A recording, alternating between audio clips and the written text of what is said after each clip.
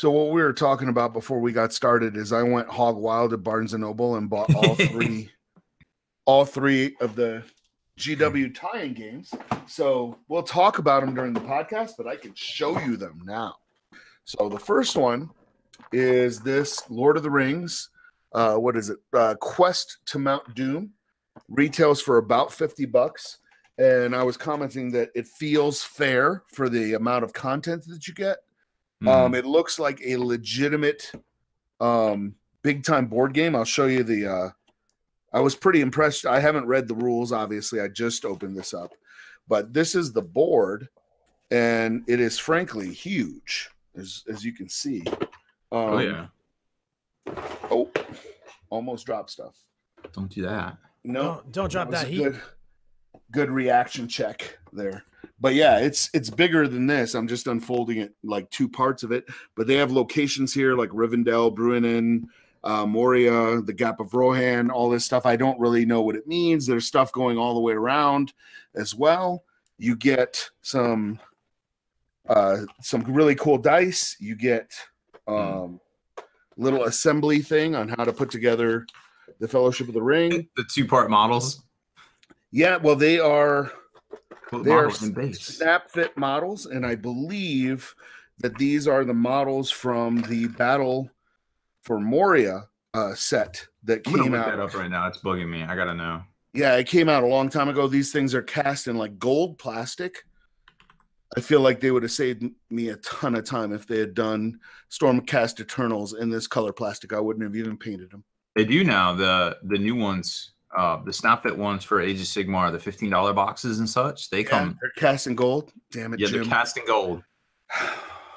Okay, well. No. But yeah, so you get like a little ring, initiative token. You get all the dudes, and then the box itself, like you don't need a case because the box itself comes with vacuum formed. Let me see if I can tilt this. Oh, nice. Holds all your miniatures. You know, so for $50, I feel like this is actually a pretty good product. You get some character cards. You get little like Mordor, Eye of Sauron tower thing that you put together. Those are the guys from Mines of Moria. They are? Okay. Yep. You get a cool die. All kinds of neat stuff. A bunch of different cards, location cards, it looks like, and then event cards. So I'll have to sort out how to play that later. But for $50, I think it is worth a $50 product for what you get in it. And we'll see how it plays. I feel like I might be able to talk some people into playing some of these this weekend and figuring it out. Well, you can always play the Space Marine Adventures by yourself. Yes. Well, I'm saving that for last. So the next one is Blitz Bowl, which is like a smaller version of Blood Bowl. It's for 2 players, ages 8 and up, and that's the other thing is that all these games are like for 8-year-olds and up. So it seems like the rule set will be very easy to grasp. You get a pretty thin rule book here on how to play. You get some tracking stuff. You get a pitch that is reversible. So you have your little Blood Bowl pitch here, and it is double-sided. So you can do that. So that's pretty cool. And then you get 2 teams that are also snap fit, also cast in different colors.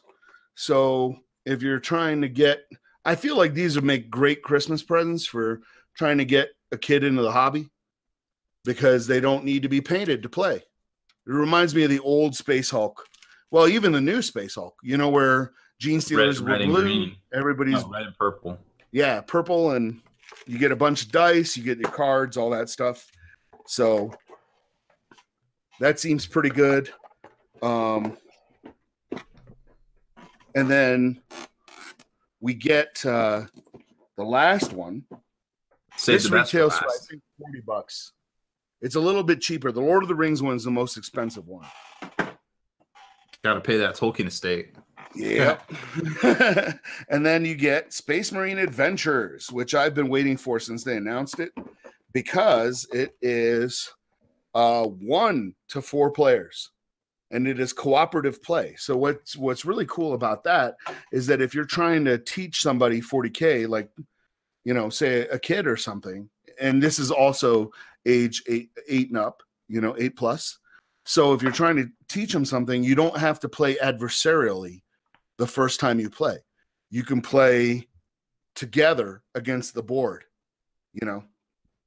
And that seems pretty good. You get a rule book, standard fare. You get, now some people were saying, you know, the complaining that they the Necrons, because this is like a Necron, it's a Necron are the bad guys. It's called the Labyrinth of the Necrons. So there might be more of these games coming out, because this seems like an initial one. And what I think is pretty cool about this is you don't have to explain Necrons. Like, Necrons are pretty self-explanatory. They're just evil robots. Done, right? If you had Nids in here or any other race, you now have to explain, like, chaos. It might not be family-friendly because you have demons running around, might scare the squares a little bit. So evil robots, everyone can get behind that. You get these chits because we don't have snap-fit Necrons from any other kit. Yeah, the Terminator. So you get, yeah, so you get these little kits, or chits rather, that represent the different tiers of Necrons. And it looks like you've got Lords, Immortals, and then just regular warriors. And there's some pop-out chits here and some kind of, I don't know, it looks like an obelisk or something like that. And then those are legal for 40K play, right? Like I can play those chits. I feel like if you bought enough of these boxes, you could field the Necron army using those. They're GW models. Boards of the Necron Labyrinth, and they look modular, so they look like you can reposition them. And then this is the part I thought was pretty cool. You get a deck of cards that says, like, open this now, right? And so you can open that now, and then you get 4 decks of cards, like level 1 through 3, and then an advanced set that say do not open. So it's like you open them as part of gameplay, so you won't know what's coming. I don't know what the replay value on that would be, but it reminds me of the Arkham Horror card game, which you can also play solo. And it's kind of scenario based, but that comes with a book that you read along as you play the game. And then this is my favorite part of it that I thought was really, really cool. And these are the Japanese heroes, right? Yeah, Space Marine heroes. Space Marine heroes. So here's your Blood Angel cast in red. Here is your Salamander with a flamethrower, a little heavy flamer there, or not a heavy flamer, a flamer, but Salamander cast in green. Here is your Ultramarine. I don't know if he has anything special. It's like a grav pistol, maybe. Yeah, the grav pistol. Yeah. And then your Imperial Fist guy, who looks like he has a heavy bolter. And my favorite, if I can get him out of here, he's the bottom. Space Wolf, cast in Space Wolf blue. And that's a new color. I've not seen them use this color on the plastic before. And he has a melt-a-bomb. He looks to be close combat-y. So that's kind of cool. Is that a technical term? Close combat-y? Yeah, that is a technical term. I like it. But it seems really cool. You can play this one by yourself, or with up to 4 players, because I would guess that, you know, each player picks a different Space Marine hero and does whatever. And hopefully I'll get to play these sometime soon, and I'll be able to comment on the gameplay. That's what they look like. That's the content that you get, and it all seems pretty worthwhile. Like, they don't seem too overpriced. I mean, granted, you can always have stuff that's cheaper, but when I look at this, I'm like, you know, $40 for a box game. That's really not too bad. And GW dollars, that's free. Yeah, that's tantamount to free. Did you go down to the Barnes & Noble, or did you order them online? No, I actually went down there, and they had them all in stock, and they were right there. So, sick. And I would encourage you, if you do have a Barnes & Noble nearby, I would encourage you to go down to the brick and mortar instead of ordering it online.